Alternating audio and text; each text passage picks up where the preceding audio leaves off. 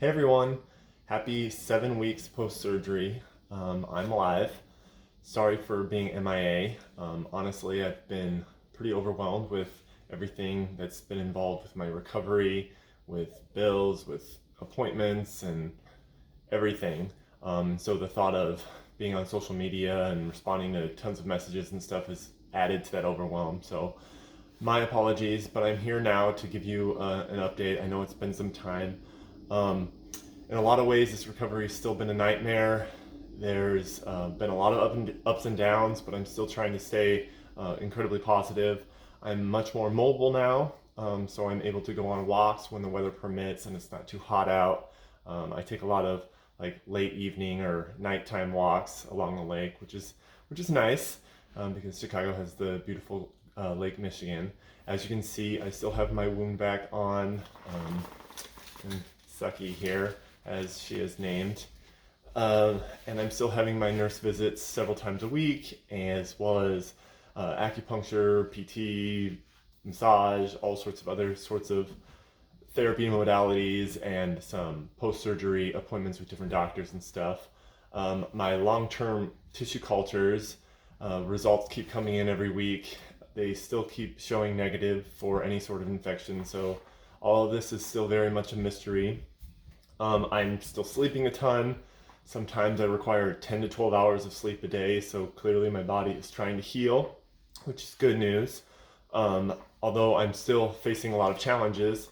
One in particular, the wound vac alarms have been going off at different times in the middle of the night, which has, causes a lot of anxiety, keeps me up, and then I have to troubleshoot. I have to call the at-home health phone number, talk to the nurses, and sometimes have an emergency nurse come in the morning. One time I even had to have Jack come over at 6 a.m. and take off my wound vac and then pack the wound with wet gauze, which was not a fun experience. So that was my first sleepless night in years.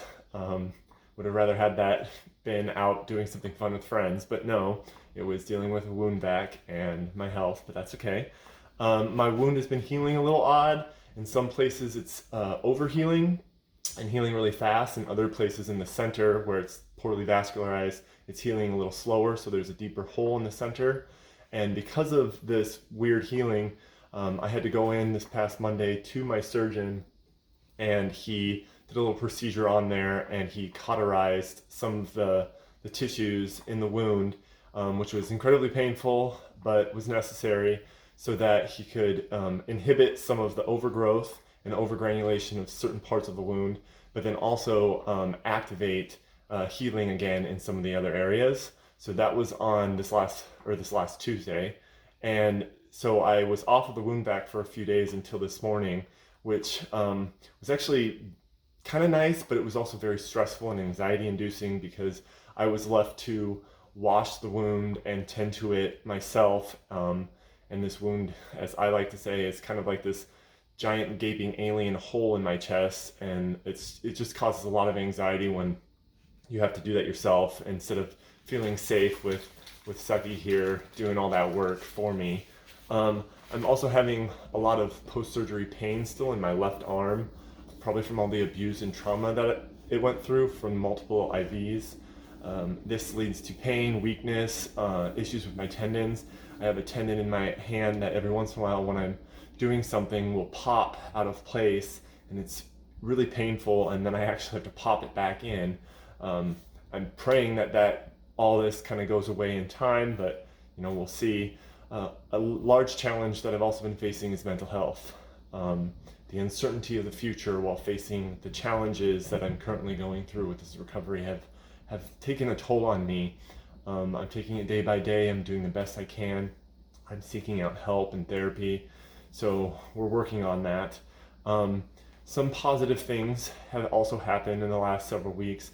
I've been able to incorporate some more modalities and mobility exercises and what I consider baby workouts into my everyday routine or every couple day routine. So I do it several times a week. I have these really low resistance bands and really, really light weights, and I'm trying to activate a lot of my muscles and get them used to moving again, thanks to my friend Charlie for doing the acupuncture and cupping and stuff. That's calmed my myofascial pain syndrome disorder enough to where I'm able to be a little bit more mobile and work on some of that stuff. These baby workouts, even though they are a tiny, tiny fraction of what I used to do, are still very challenging and very, very hard to go through in a lot of ways, because I don't feel like myself, especially physically, and I guess in a lot of other ways as well. But I'm trying to show myself compassion. This is a long and arduous process, and who knows what the future is going to hold. So I'm just taking it day by day. These little baby workouts, though, the extra stress is causing some problems on my good side, as I call it, so the left side of my body, the opposite side where I had my right SC joint, part of my clavicle and part of two ribs and a bunch of tissues removed. These baby workouts, any sort of upper body movements and stuff or stress is causing more stress onto that left side, my left SC joint and those bones. So I'm trying to find a balance and a fine line between what I can and can't do right now, and try and figure out what's the best thing for me right now in the body that I have to continue to work on my mobility and continue to work on my strength without pushing it too hard or too far or injuring something else. In time, as I continue to heal, hopefully things balance out more.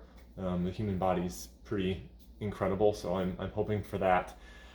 My surgeon this week also said that there still is a possibility that my clavicle could grow the 1.5 to 2 inches that it would need to grow to reach back to the sternum over time.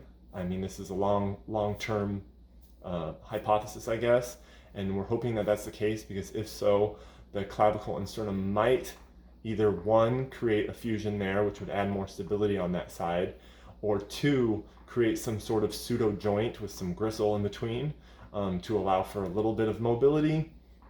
Again, no one really knows what's going to happen, because this is such an ultra rare case that they don't have really documentation of this exact thing. So we're just kind of taking it day by day and seeing what happens, and we'll figure it out as we go, I guess. I know that this surgery and this recovery has changed me forever, and in a lot of ways it's going to make me a much stronger person, especially once I can overcome this and conquer it. Mentally, for sure, it's going to make me stronger. Physically, I hope it does as well. That's one of my goals, is to come out of this stronger somehow, and I will challenge myself to do so. I mean, we have a very long way to go. There's no idea of what my activity levels will be in the future, or if I'm going to need more surgeries. But I'm adamant I'm going to come back stronger somehow. My GoFundMe is still live. We are about halfway to the goal, right around that. And if you have it in your budget or anything, please consider donating again, or for the first time, or at least share it. I couldn't do this without any of your help.